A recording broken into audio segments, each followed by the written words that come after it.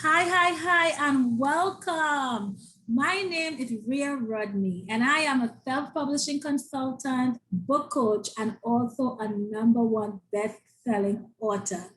And today is the virtual book launch for my friend Chandele Morris, who, by the way, is also a number one best-selling author for her children's book I'm Just a Kid, a social emotional book for self-regulation.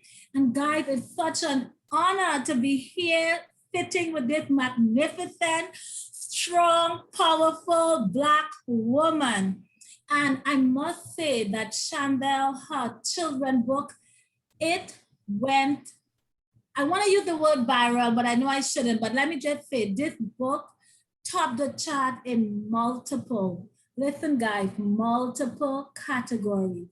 Her book ranked number one bestseller in hyperactive children's book with disability, children's health, children's family life book, children maturing books, and growing up facts of life. So without further ado, let's give the stage over to Chandele. Hi guys. I'm so glad that I get to be in front of you guys right now. I'm so happy for all of your support, and so many people, even families that I've never met before. They're all sharing their support, and I really appreciate it. It's such an honor to be in this position. It's brand new to me, and it's exciting. So I'm happy to be here with you today. Well, I know that I am happy to be here with you, and I know that the people who love you are happy to be here with you. And I want to say, get ready for the ride. Being a number one best-selling author, that's such an incredible achievement. That is a title that no one can take from you, Chandele. And it positions you as an expert in the topic that you write about, you wrote about. So, I'm just in awe just to be sitting here with you. I know that you're a mom of two active children. I know that you're a wife, you wear multiple hats. And now you just add the title of author, not just author, but number one best-selling author.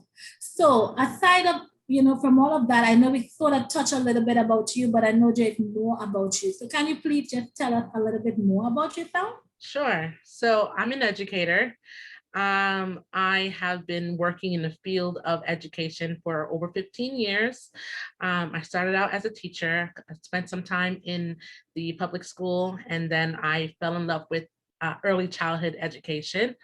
And so um, the majority of my time in my career is with early childhood education. So I've seen children who are typically functioning special needs children. And I just love working with children. I love working with the parents as well.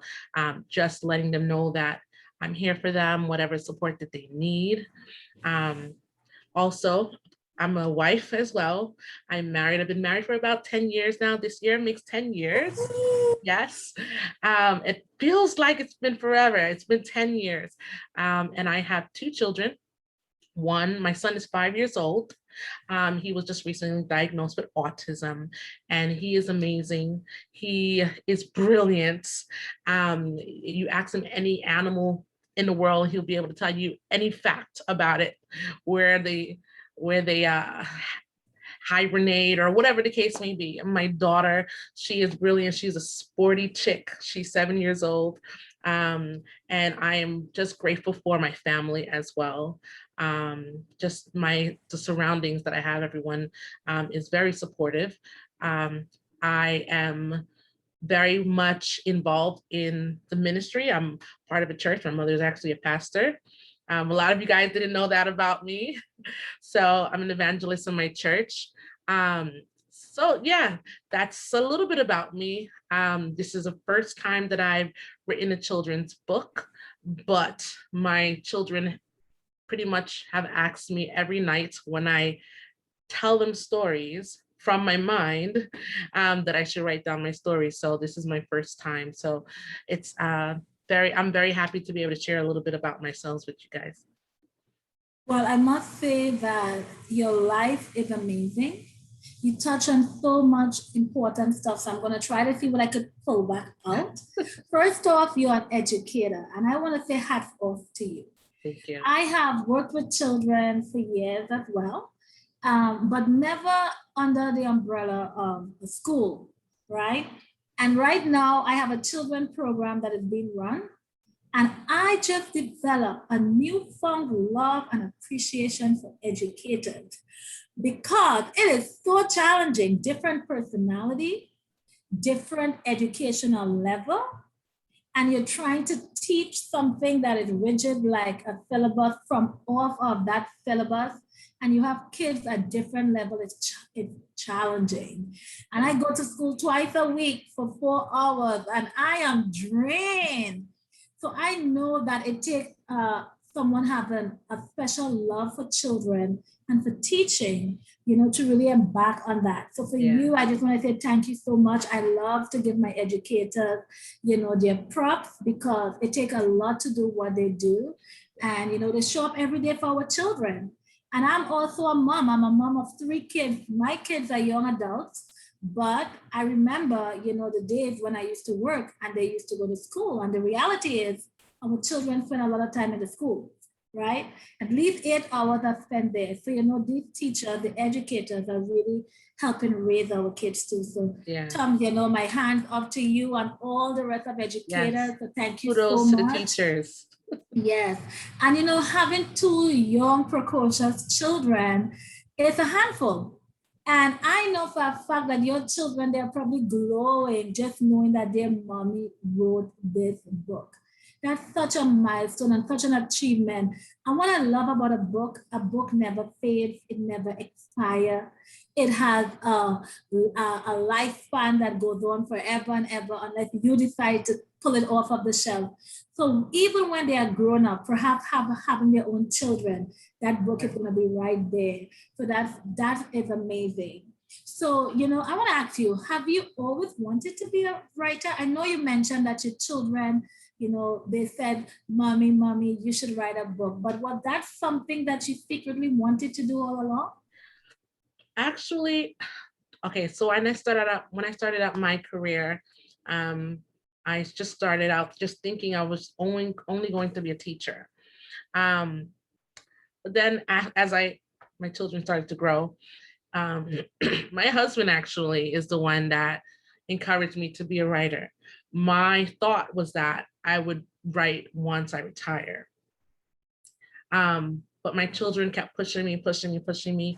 Mommy, tell me a story from your mind this time.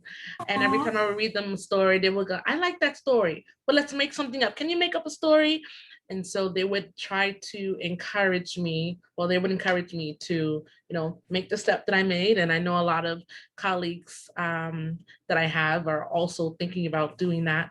But I was able to make this step because of a certain something happened in my family, and I was telling you my son was just diagnosed with autism, and once that happened, I just felt strongly like I needed to tell somebody about what parents and the children go through as well. So I was like, right now is the time to start writing. I love that. I love that sometimes, we might have a direction or a plan for our life. And you said that you're a minister.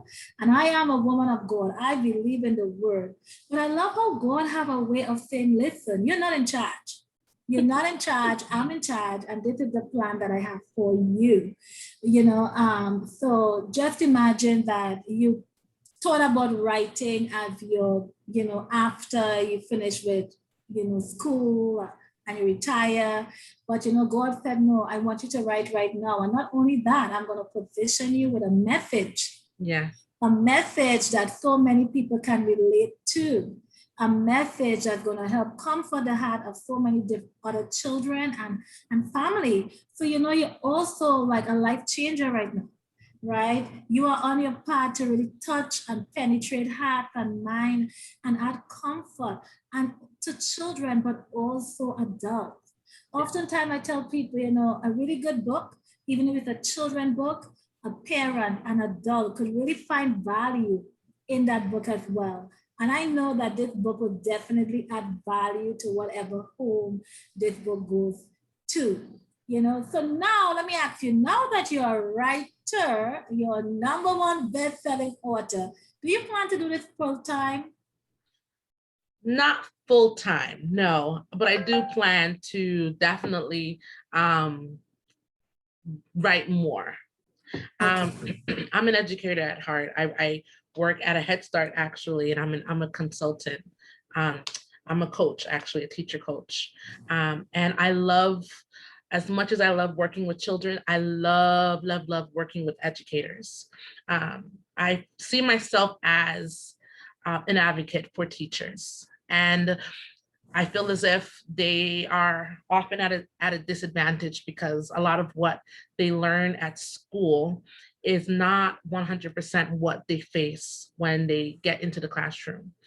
And so because I have that passion and I have that passion so strong in me, I don't see myself writing full time. I see myself writing and also making myself available to these educators and letting them know, you got this. Let me show you what you need to do. I'll help you. I'll hold your hand. I got an idea. I honestly got an idea. Listen, while you were saying that, I think you need to reevaluate that. Here why? Because of your passion and that love that you have for educators and for what you do professionally in that space, I am definitely seeing that you could write books. You can write books specifically for educators, books that can be used as a blueprint or a guide or a tool to help them to know how to navigate through the educational system, to give them that heightened awareness, right, that perhaps they're not getting in training, Yeah. so that when they come, that they are mentally ready to take on that new charge that they have, right? And also, mindset, just helping their mind be positioned and ready, because I would assume that they want to be dynamic just as you, and they love kids, which is why they're embarking on that journey. But sometimes you can't be defeated, right? Because listen, the educational system is challenged, right? And sometimes as an educator, you see these children coming to school and they're so needy, and you wish you could save them all. And that in itself adds so much burden on top of you. So most definitely, I want you to reevaluate that thought. I strongly see you also stepping out of children book and also writing for the educators. You said that you're an educational coach. Yeah. And I am a personal development coach. So listen, coach to coach, you need to write that book, that program, create that program and write that book. Right. So I just want to thank you for all that you're doing. It's such a ray of sunshine. But I heard from a little birdie about a secret children's bookshelf. Do you care to share? Probably wondering, how did you hear about that? Well, okay, so my children's bookshelf. I I love stories. I love children's stories. I love children's stories more than reading adult books. Honestly, it's my heart. And since before I even got married, I started to collect children's books for my children. Before I even thought about getting married, before I even met my husband, it's called speaking it into being. I started collecting children's books, and there was, when I was a teacher in a public school in Harlem, there was a teacher who just so happened to be named Miss Morris. Yet I wasn't married yet, and I didn't know my husband. So we had the same last name. She had the name that my name was going to be. She fell in love with me, and when she was about to retire, she decided, she asked me if I wanted all of her children's books that she had. And all of them had a stamp on it that said Miss Morris. And I felt as if I really, really wanted to start a bookshelf for my children. And right now it's filled with classic stories.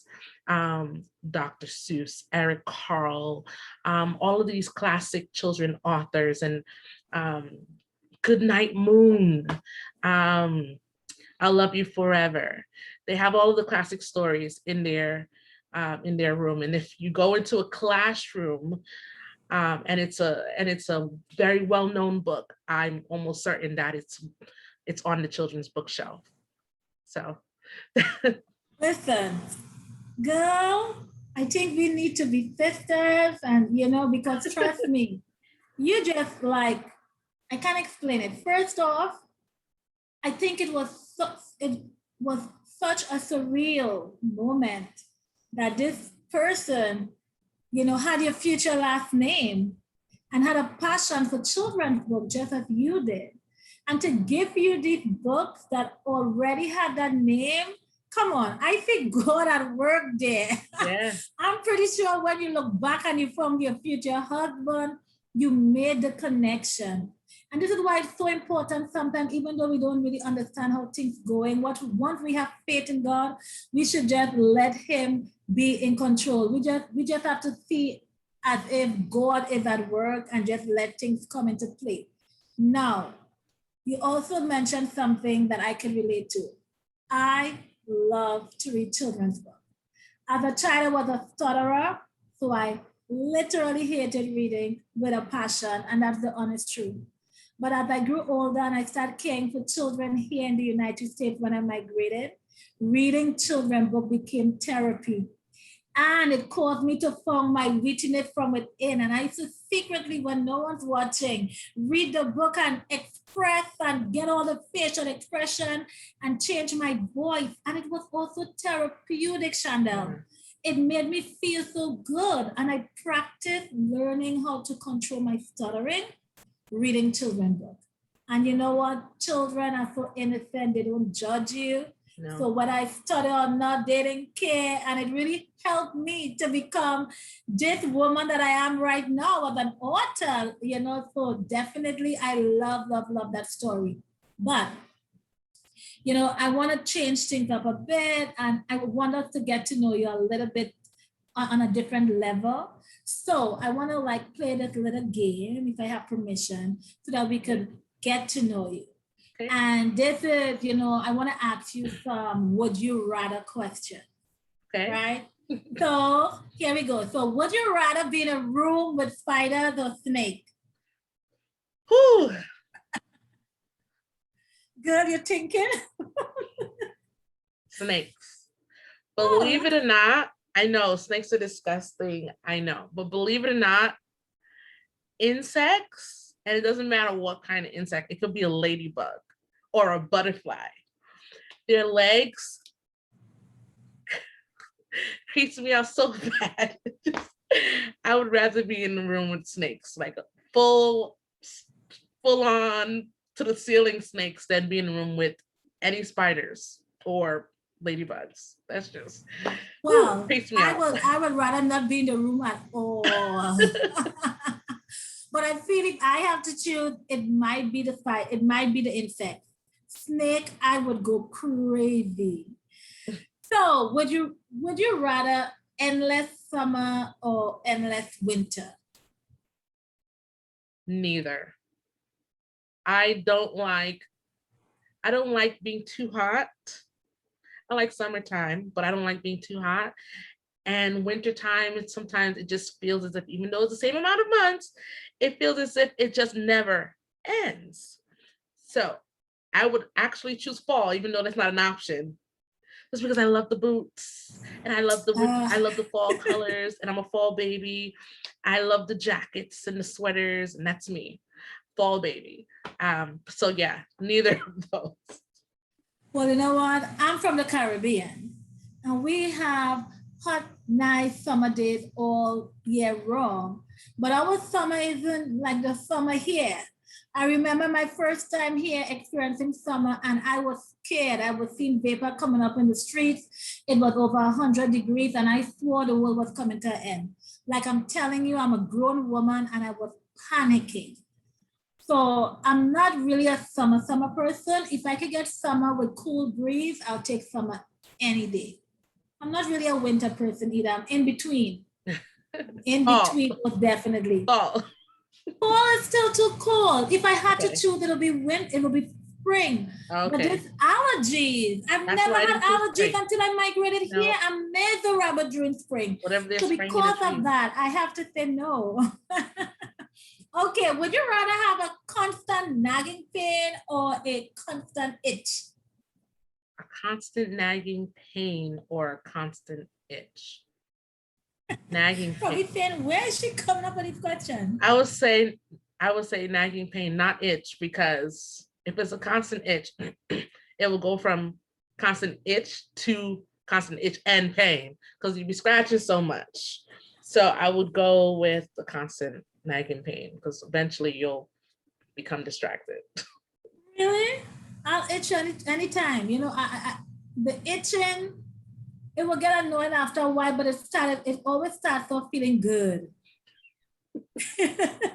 It always starts off feeling good, right?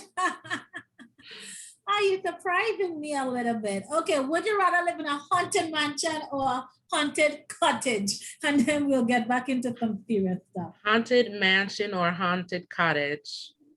Oh, haunted mansion or unhaunted cottage? Oh, unhaunted, I'm sorry. Yeah, I think that probably make more sense. Cottage. I would say the cottage. Why are Just you so nice saying and like quaint and relaxing, and I don't need a mansion. Just nice and cozy. No I need. guess if you and the Holy Ghost feel good. No. I'm sitting here working today and the bedroom door cracked open. And it opened about this wide. And for a moment I jumped, but then I remember, I was like, you know what? The air is on, the fan is on. It wasn't probably latched in. I did the workout in my mind and I settled myself. But it took me a few minutes. Most definitely, I'm not staying in none of them. So let's talk a little bit about your book now, right? And guys, listen, I love this book. So I have the proof copy because, of course, she sent the proof copy to me so I could look at it. So that's why I see the stripe here. But my new copy is making its way to me tomorrow because this book was recently published. And I am so excited, guys. So I'm just a kid, a social emotional book on self-regulation. What is the significance of this title? Can you share? Okay, so I'm just a kid. I chose that title specifically because of the labels. There's always labels whenever it comes to children's behaviors or whenever it comes to special needs or whatever the case may be. And it's oftentimes put in a negative light. When it's so children, not only children with special needs have big emotions. I always say children are born knowing how to do the wrong, and you have to teach them how to do right. Yes. So when they have these big emotions, you have to teach them what the right thing is and how to be Yes. able to manage their emotions. And if they're having trouble, don't look at them, don't judge them so harshly. Just remember that they're just kids. And so the boy in my book, he has these big emotions and he's really struggling. And you know just so that he's not down on himself, or the family is not too much down on him, they just remember that he's just a kid. No matter what he's going through, no matter how hard it is that his situation may be, he's just a kid. So that's the reason why I chose that title. I really love that title, and you're absolutely right. Children are just children, and we have to teach them. And think about it. I see a lot of grown-ups, and sometimes I also fall guilty of that, Yeah. mismanaging my emotions, getting upset. Sometimes I need to take a chill pill. Sometimes I need to go sit in a naughty corner and calm myself down, right? And we put in all this expectation on a little child who does not know how to manage their emotions and don't really know on a whole what is emotion. It's so important for us as adults, as parents, to teach them. And you're absolutely right. And in this moment, they're just a kid. Mhm. And No one should be looking at them because they're lashing out and screaming or having a tantrum and are unable to calm themselves and saying this is a bad child, or Yeah. this is an unruly child, or this child is not being brought up with manners. And oftentimes that connection, they always link the parentage to. So now you're a bad parent. You don't know how to train your children. Mm-hmm. And it's awful. It's awful. And we as grown up, as adults, we need to do better. We Yeah. need to understand that they're just kids, and we have to teach them how to regulate their emotions, right? How to identify these emotions. Yeah. The crying, the screaming, the angry, they don't know what it is. So we have to introduce and give these little emotions a name, and then help them to know how to manage it and support them. Because sometimes, even though they know these little things, it's still going to be challenging when they're upset to really manage it. Okay, so let me take a sip. Most definitely, I love, love, love the title. Now, in this book, the little boy, his name is Ben. And I love that name, Ben. Can you tell us about Ben?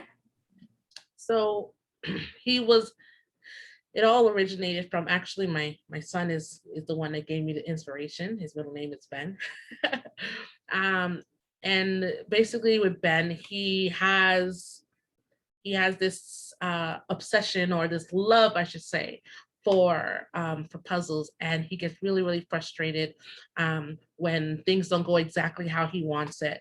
And then you see that, those big emotions boil up in him, and he has this meltdown. Um, and in the book, it shows you different ways that he's able to calm himself down. But it's hard. It's hard for Ben, and I'm sure it's hard for many other children that are in the world, no matter how old they are, sometimes to be able to control their emotions or just calm down. A lot of times we see these children, and we see them in these situations, and we are quick to say those two words, calm down. And it's not easy to just calm down when you don't have the tools to do so. So I just love the amount of thought that you put into this book, and you're definitely right. Telling a child to calm down, and they don't even know what it is, and they don't even know how to, yeah, it's just setting them up for failure. yep, And then we get upset, and I'm saying we because, I'm a mom too, and I know it had some point in time before I learned the right way that I'm pretty sure I felt guilty of that as well, right? That we tell our children, calm down, stop it. And oftentimes they can't. And I thoroughly enjoy reading this book. And I love that I saw that you did put, at least I think it was about 3 different coping mechanisms. And what I love about that is that a mom or a mom could introduce this exact mechanism in the story, to their child, or they can have that discussion with their child and said, listen, how do you think, or what do you think you can do to calm down? Let's think about a couple of things so that when you are in this heightened state of, being upset or sad or whatever it is, we can go back to that. And I just love that this book offers that tools. It's so important. Social emotional learning is yeah. so vital.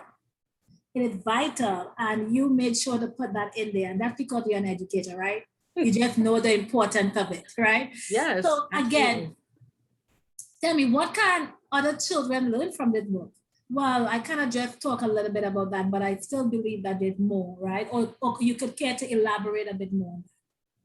So children can definitely, what I really wanted for this book is for a child to be able to look at the boy and to be able to kind of relate to him and not feel as if there's something wrong with them. Because why are their emotions so big? Why don't they know how to calm down so easily? I want them to be able to see that this is real life. This happens. There's Yes. nothing wrong with you. You have big emotions, and we all have that sometimes, and it's simple. Like, there are different ways that can help you to cope. You don't have to worry. You're not weird. You're not bad. You don't look at yourself in a negative way. You're special. You're brave. You can do it. In the book, also, at the end of the book, there's a couple of affirmations as well. So those are the things that I really want children to get out of it. And this is really a story that I want parents to be able to read to their children, even if the child can read on their own. But it's something that you know, it's an opportunity for the parents to be able to have those words and say, guess what? You are brave. Guess what? You're not alone. Even though you might feel like you're alone, you are not bad, or whatever the case may be. You are loved. And so those affirmations are there in the book, and that's what I want the children to really get out of it. Again, when I saw the affirmation at the end of the book, it really moved me because I know the importance of affirming our children and even affirming ourselves. And when I was a child, I didn't have that. And I really learned about affirmation as an adult. So it's so important that, I'm happy that you're doing it with your kids now and you're introducing it to all the readers, all the kids that are going to, have this book. They are going to know that I am in control. I'm reading here now. I am smart. I am fun. I am safe. I am loved. I am brave. I'm just a kid and I am enough. And those words are so powerful, short statement, but they breathe life. They give our kids hope. And I thoroughly just love this book. And I just love the thought that you put into it and the heart. I often tell my children whenever I cook or anybody, like I used to say, or even my charges, I was a child care provider, which is a fancy word for a nanny for years. And I love to cook. And I would often tell my children that I cared for. I said I made it with love. My secret ingredient was always love. And I remember I would hear my charges telling the parents, Ria cook with love. Her secret ingredient is love. And I could definitely see that your secret ingredient in this book is love. And that love is deep because you're a parent who has a child with autism, right? You're a parent who has a 7-year-old who is a precocious young girl who is outspoken and who perhaps may have big emotion as well. And and plus you're an educator. So you've worked with, lots of children from different levels, and you know that this is just normal. But to have a child now who you definitely know that, okay, my son, he has this big emotions, and while it's normal because all kids have it, his own also stem from that, that diagnosis that he got. And it's so important. I think I'm just seeing a mother's love at play here. A mother's love at play. A mother's love knows no boundaries. I love to say it's in a category all by itself, right? And if we could save the world just for our children, and I just love that you decided, you know what? I am going to open this door. I'm going to open this conversation. I am going to start this movement, whatever it is, and it's going to come with one book. But this one book is going to touch the life of so many people. So I just want to say props to you again. So I want to ask you, what can parents, or what do you want to share with parents about this book so that when they read it, perhaps they would read it with a sort of different lens, right? So there is a moment in the book. The mom is not in every page, it's mostly Ben, but there's a moment in the book where the mom is trying to calm him down, or you also see a part where the mom is hugging him while he's crying and also has a tear on her eye. And I want parents to be able to also see themselves in this book, to know that don't think you're a bad parent, not a bad parent. And I want them to know that God gave that child the parent that they needed. And so when they see that book, I want them to be able to see themselves in that book and know that you're not alone. No, you got this. You're doing it, and what you're doing is right. You're doing the right thing, and you don't have to worry that you are as a parent not enough. So it's really an encouragement to parents as well, and my hope is that they would see themselves and they can reflect um, on themselves in the book too. Amazing. So again, you thought about a kid, you thought about a parent, because you also implemented those three tools or strategy that the kid could use. It's also tool that the parent, right? Because the parent have to be the one to identify this or come up with it and say, hey son, hey daughter, let's try to do this. And then you also wanted to give that parent that extra support and love and comfort to let Yes, them know that you're not absolutely. a bad parent, you're not alone. This is what other parents go through as well. So when that mom is reading that book, they're going to identify with the character of the other mom in the book, and they're going to realize like, wow, this author, she knew what she was doing.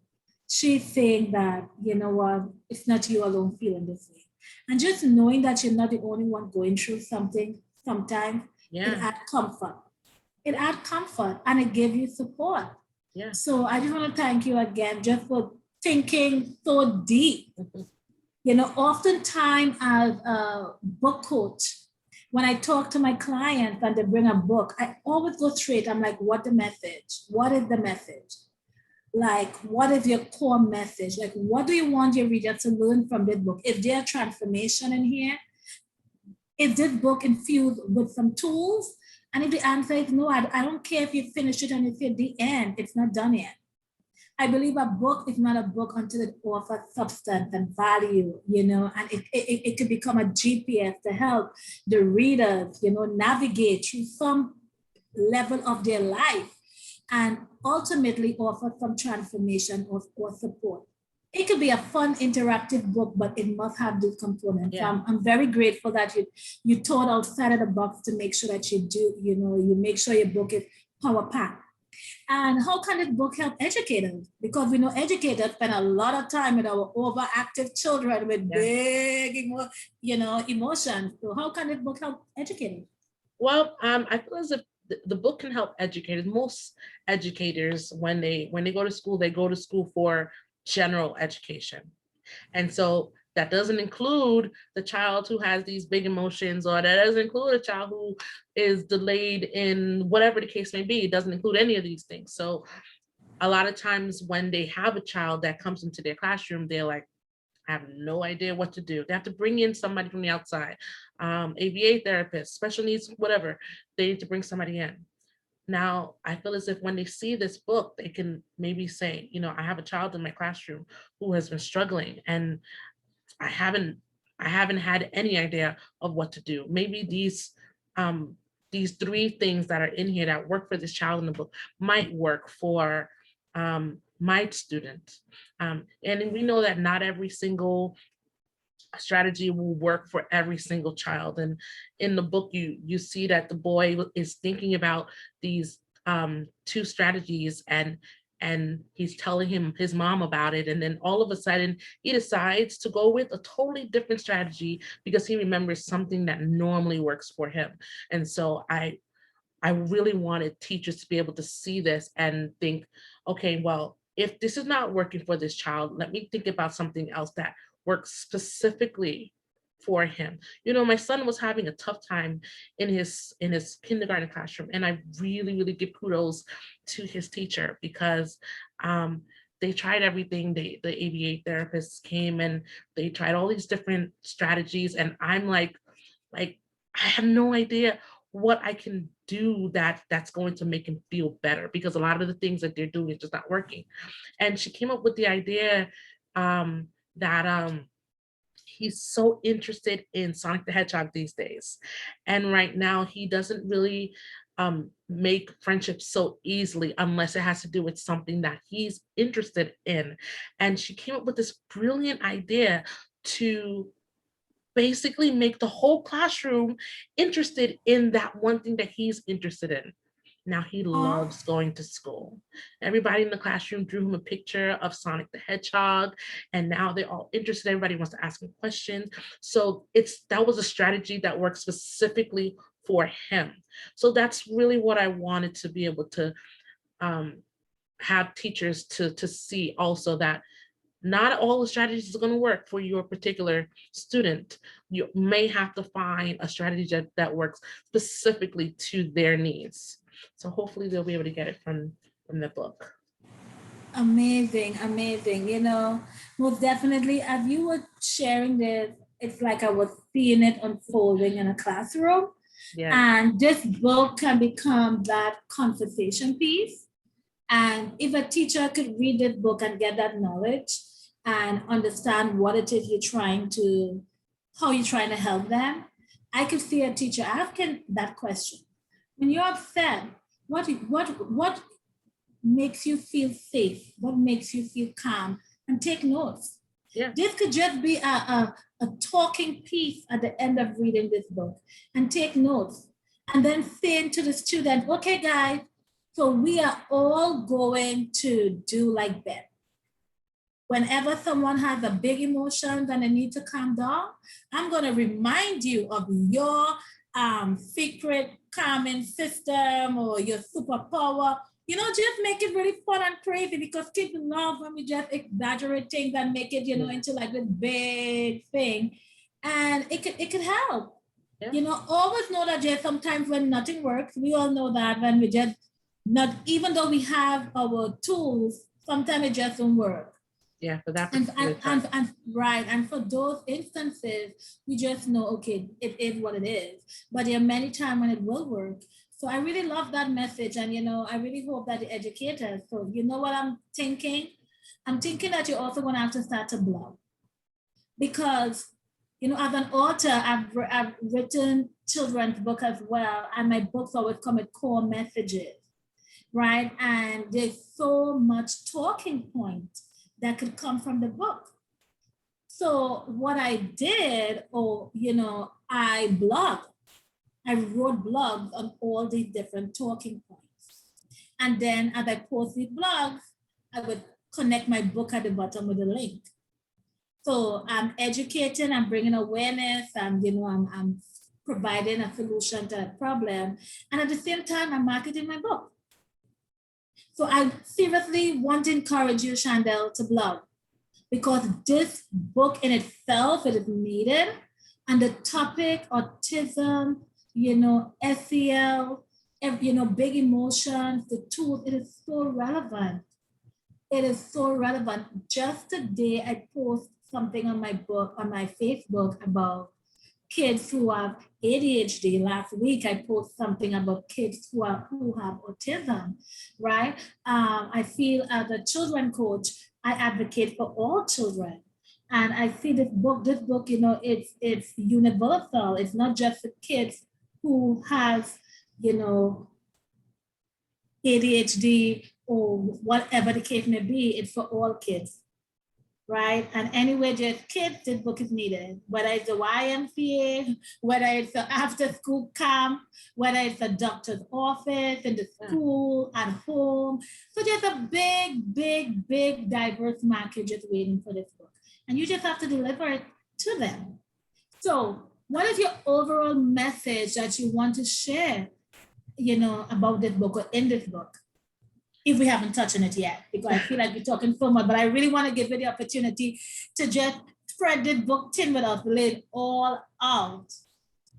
Well, my overall message is really, just to understand that children, even if they don't have special needs, they sometimes do have big emotions. And I want to spread awareness to people who don't have a child who doesn't, who has big emotions, and they see a mom walking in the street or in the supermarket, and they see that child who's having a tough time. Maybe they're having a temper tantrum or whatever, and they might be quick to think, well, if I was that mom, I would do this or I would do that.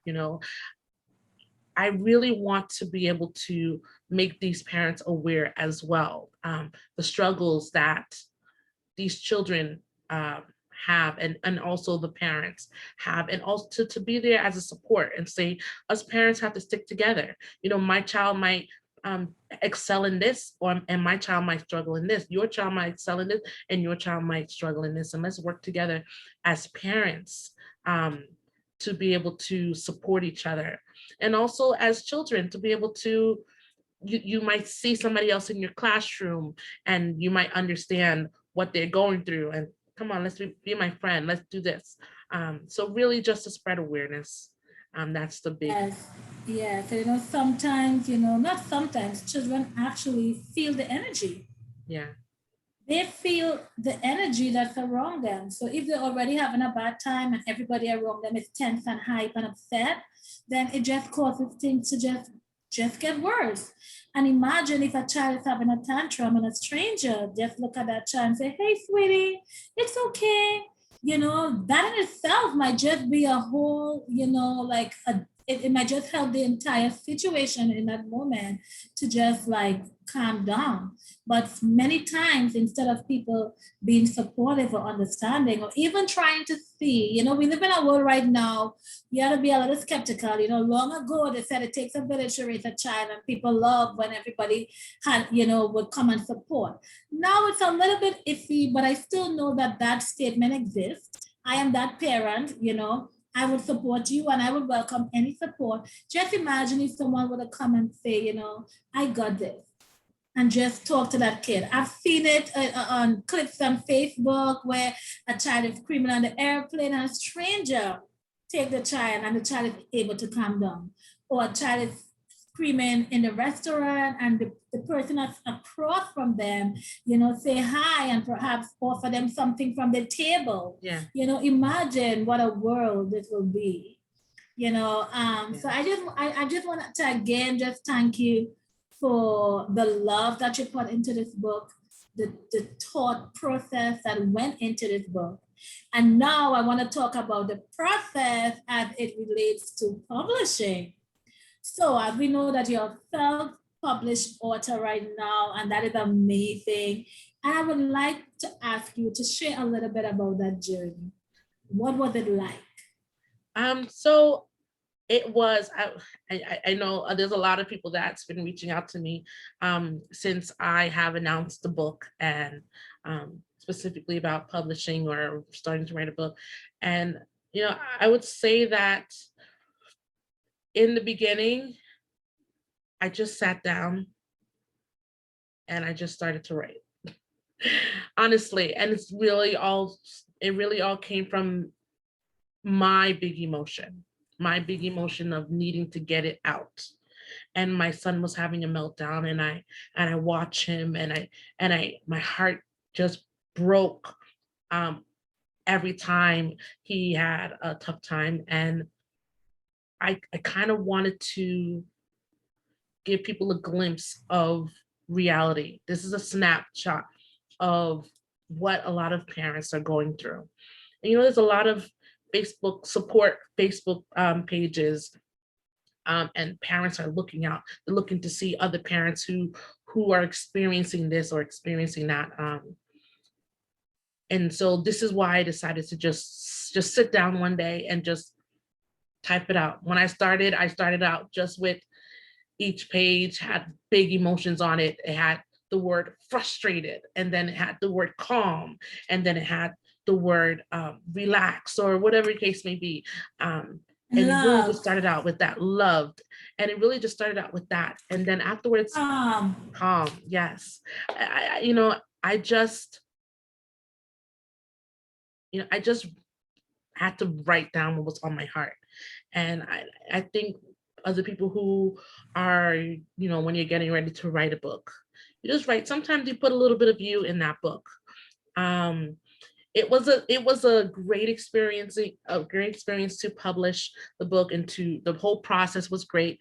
The part at the end when I had to try my best to become a bestseller by pushing the sales and telling everybody about the book, that part literally, and Rhea, you were there like my midwife.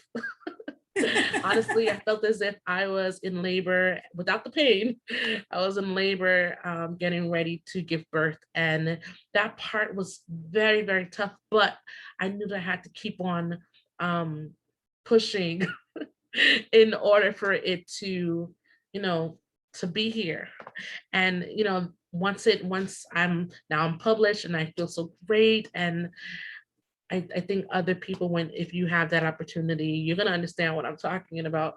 Um, it was a great opportunity. The whole process was just phenomenal. Well, you know what? One thing I want to touch on, because like right now I have a writing group and we're working on this book.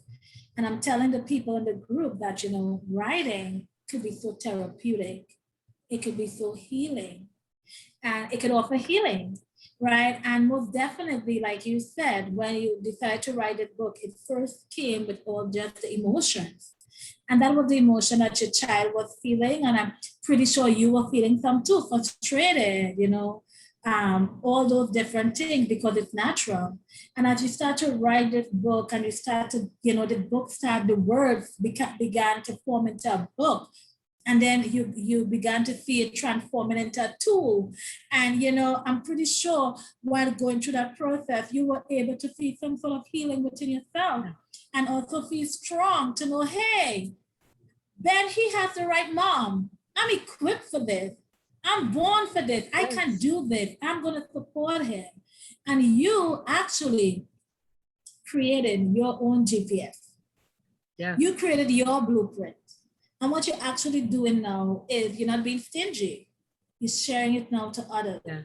And that's what you did. You created your coping mechanism. What you can do to help you and to help him. And that is so amazing. And most definitely, just now moving away from that, I had to touch on that. You talk about, really, I would like to rephrase it as coming out of your comfort zone to really push your book all the way to be number one. And oftentimes, I work with so many clients, and oftentimes people come to me excited to write a book, but putting themselves out there is so difficult for them. Even embodying the name author, it's hard for them. And that's because oftentimes people, they struggle with that imposter syndrome. They don't see themselves as how other people see them, or really embodying that role, that title that they're about to take on. And what that does, it affects the business, because when you become an author, it's a business. Specifically, when you're a self-published author, you have to go out there and sell. You have to tell people about your book. You have to bring awareness. And when you don't really own and feel like, you're carrying that, it could be really difficult to go out there and say, hey, buy my book, or hey, read my book. So most definitely, I know for a fact that when you went through that sales part of really bringing your book out there and pushing it with your family and friends, you came out of your comfort zone. And because you were able to come out of your comfort zone, you did say, oh my God, I felt like I was in labor, because there's so much emotion going on there with that. And then, you have a purpose. So, you're hoping that you meet your goal. And then you're reaching out to people, some people perhaps you haven't spoken to in a long time. But, it takes a lot. But guess what? I know for a fact that experience showed you that you are strong. It showed you that you are capable. Mm-hmm. It showed you that you were actually cut out for this, right? So, I mean, that is a lesson that you could take personally from that. And that is what, because you experienced that, when people come to you about publishing, you have to share that with them. It's a journey, and you have to be ready. There's so many powerful, inspirational, dynamic books sitting on Amazon in their database, right? And it's not being seen because the authors just don't know how to step out. So I'm just thankful that you were able to step out and you became a #1 best-selling author. There's this person that I had assisted a few years ago to publish a book. And then I've never heard about the book again. And fast forward like 3 years later, and they told me I couldn't promote the book because I lacked the confidence. Beautiful book that the world wasn't able to even experience because they lacked that confidence of saying, I am an author.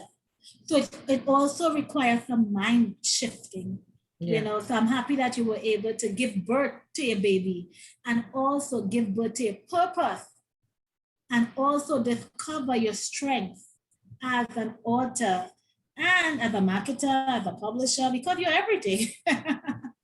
So, what advice can you give to aspiring authors?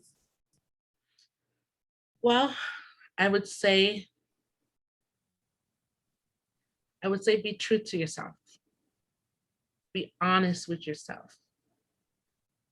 And don't be afraid to be a little bit vulnerable. Write what you feel and share some of your heart with others. And that's what really gets people that connection when you share some of your heart with others. Think about your audience and think about how will what I'm writing help, benefit, entertain whoever's reading this. So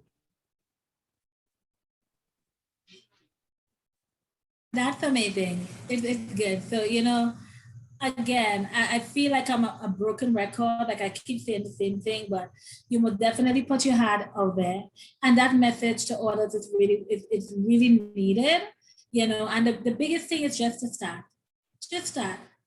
And I like to call it brain dump or fleshing it out. Just lay it all out.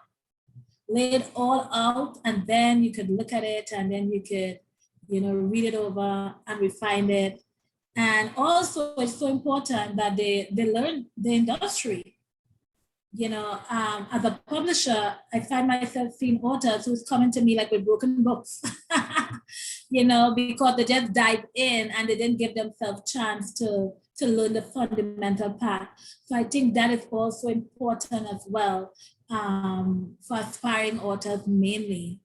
So Chandele, as we're getting ready to wrap this interview up, I just want to ask you, like, do you have anything in the making, anything coming up? Is it too early? So yes, I am going to be a part of an anthology with a group of authors, actually with the program that you're going to be doing, the book that you're going to be doing. So you guys look out, look in the pipeline. It's coming in. I'm going to be writing a little bit about the prayers of the power of a praying Black woman and mother, I should say. Also, I have a couple of other children books in my spirit, and my children are actually helping me to put them together. So they're not going, I wouldn't say that they're going to be out in the next 3 months, but look out for them. You're going to see that I'm going to be letting you know that something is being born, is a seed that is being planted right now. So look out for it. Well, I love it. I love it. I love it. Having a vision and writing a vision down is so important. So just knowing that you're about to, birth some new books, and it's amazing knowing that you already have that inspiration built in. And yes, Chandele is one of my co-authors, and we are currently working on an anthology. And the name of this anthology, The Secret Prayer of a Righteous Black Woman, The Power of a Mother's Prayer. And this book is going to be dynamic. It's going to have, Black moms, and we're going to just talk about, our fears that we once had, while having our children or growing up our children or caring for our children in a world that we live in. And definitely it's going to be amazing. And Chandele's name is going to be in it. And she's going to become another #1 best-selling author. And her piece is amazing. So Chandele, I am so just thankful that you embark on this journey with us. You know, right now it's about 11 of us, and we are just so thankful to have you. And your story is so, so vitally needed. So Thank you. thank you so, so much. So, do you think there's going to be a sequel, though? Probably not to Ben, to this story. I'm just a kid. However, I do believe I do believe that I'm going to be writing some more stories that has to do with um, big emotions or children with special needs or um, just the things that our children need and also the parents of those children need as well. So you'll be seeing more of that. Yeah, you're definitely going to become a professional season writer, all right? Well, definitely. You see, I'm seeing it in the making. You know, so Shanda, now that your book is published, you have both the paperback book and the ebook published. I would like you to just take this opportunity right now and to share with our viewers where they can purchase the book. Okay, so you can go to my website. It is www.morrishousepublishers.com. You can go there. It tells you a little bit about the book, and you can also go to Amazon. It's available on Amazon. You can get the ebook, and those of you who pre-ordered a while ago, you'll be able to get it as of June 18th. It's going to automatically download and be available for you. And you can also get, right now, you can also get the paperback as well. So I know a lot of you guys are reaching out and asking me for the paperback. If you want a signed copy of the paperback, you let me know. Put it in my messages and I will definitely try to get it signed for you. Well, definitely. So, guys, you guys heard it from her. Chandele, listen, she just took it a step further. Did you guys hear that she said Morris House Publishers? Does that mean that you have your publishing company? Yes. Yeah. That's what I love. You know, years ago when God told me to write, He told me I was going to write books. And I launched out in the deep. And I was like, you know what? Since I'm going to write books, I'm going to create a company. And that's how Dara Publishing was born. Yeah. So I'm declaring that you're going to write books. And through Morris House Publishers, that a few years to come, or probably even sooner than you think, that you're going to be also publishing books for other authors. You're going to be guiding them. You're going to be like me, basically, right? Working with aspiring authors. You know, so I decree and I declare that for you today. Chandler, it was such a pleasure just being in this space with you. You are a phenomenal, phenomenal woman of God, a wife, a dynamic mother who loves her children tremendously. And you're also passionate, you're also passionate about, you know, your work in the educational system. So it's just so good having you. You are definitely a ray of sunshine. And I just love when people could have such deep passion because it shows. And I often tell people that the most selfish thing you can do in the world is be kind. And the reason for that is that once you're kind to others, it makes you feel good. It puts a smile on your face. And when you love what you do, it does the same thing too. You show up every day happy. You show up every day ready. And when there's challenges, you welcome these challenges. So I'm just really thankful that, you know, God gave you that vision for that book, and you went ahead and you wrote that book. And in writing that book, you realize that, hey, I am the perfect mom for Ben. He's the perfect kid for me. We belong together. He's enough.